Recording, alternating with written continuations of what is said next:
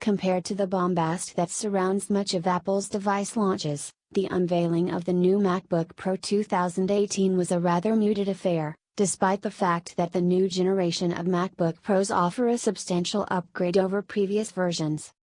Instead of having their very own launch event, like new iPhones do, or taking center stage at Apple's popular WWDC event, Apple held a more intimate showing for the announcement of the new MacBook Pros, which like in previous generations come in two sizes, 15-inch and 13-inch. Despite the quieter launch, it doesn't mean that Apple isn't excited about the new MacBook Pro. While iPhones and iPads, as well as MacBooks, are aimed at regular consumers, the MacBook Pro is focused on creatives and professionals, with a level of performance, and a high price tag, to match. However, Apple has done a great job in the past of making the MacBook Pro an aspirational product that appeals to regular consumers as well, and if you're after the most powerful MacBook device Apple has created, then you'll be very tempted by the MacBook Pro 2018. There's enough of a difference between the two sizes when it comes to components to warrant two separate reviews, and here we'll be looking at the flagship 15-inch MacBook Pro.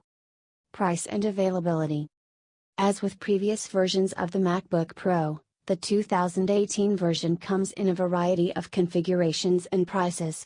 The base configuration comes with a 2.2 GHz, 6-core Intel Core i7 processor, Radeon Pro 555X graphics card, 16 GB of DDR4 memory and 256 GB SSD storage for $2,399. £2,349, AAU $3,499.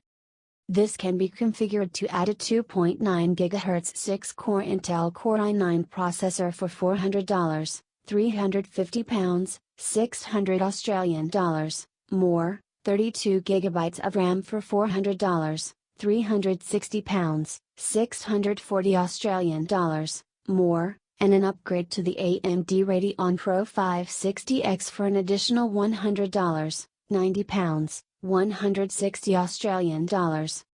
You can also upgrade the storage to a 512 GB SSD for $200/£180/320 Australian dollars, 1 TB SSD for $600/£540/960 Australian dollars. 2 TB SSD for $1,400/£1,260/2240 Australian dollars and a 4 TB SSD for $3,400/£3,060/5440 Australian dollars. This gives you plenty of options to mix and match components to get the MacBook Pro 2018 that best suits your needs and budget. So, if you do a lot of video editing, you can upgrade the graphics card, while saving money by sticking to a smaller SSD if you save your work to an external hard drive.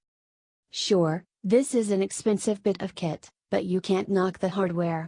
It's also to Apple's credit that the base configuration of the MacBook Pro 15-inch 2018 is the same price as the base configuration of the 2017 version when it launched.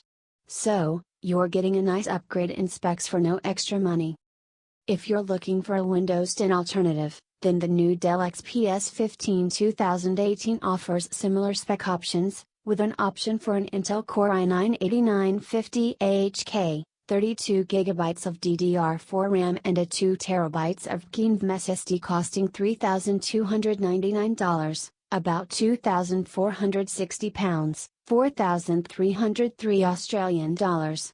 While this is a lot of money, it's still cheaper than a similarly spec'd MacBook Pro 2018, which costs $4,699, £4,409, $7,139 Australian dollars.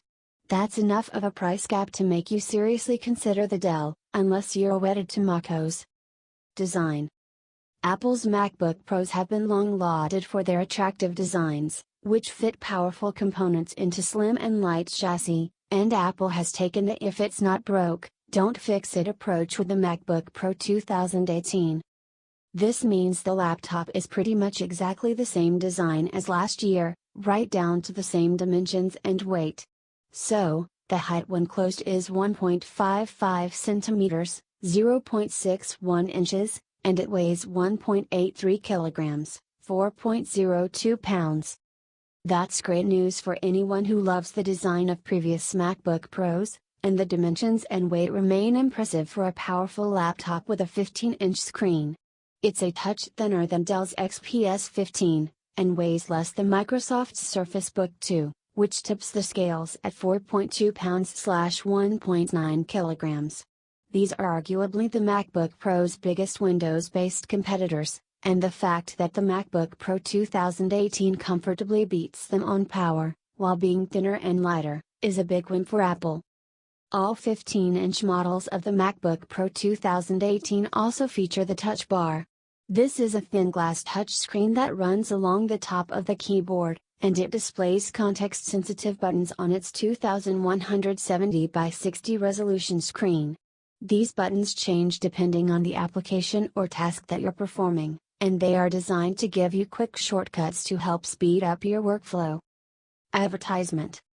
When the Touch Bar first made its appearance on the MacBook Pro 2016, not everyone was convinced by its use, though we were quite fond of it. Over the years, Touch Bar compatibility has grown, so not only does pretty much every Apple app benefit from Touch Bar buttons, many popular third-party apps, such as Google Chrome and Adobe Photoshop, also have their own Touch Bar buttons. These can be genuinely useful, and once you get used to them, they can help speed up your workflow. However, there are a few drawbacks. Because they are context-sensitive, they change depending on what app you're using, which means you'll never really be able to use them without checking where they are, unlike physical buttons where you can memorize their location. It's a small complaint, but one that might make sticking to keyboard shortcuts for your most used tasks faster.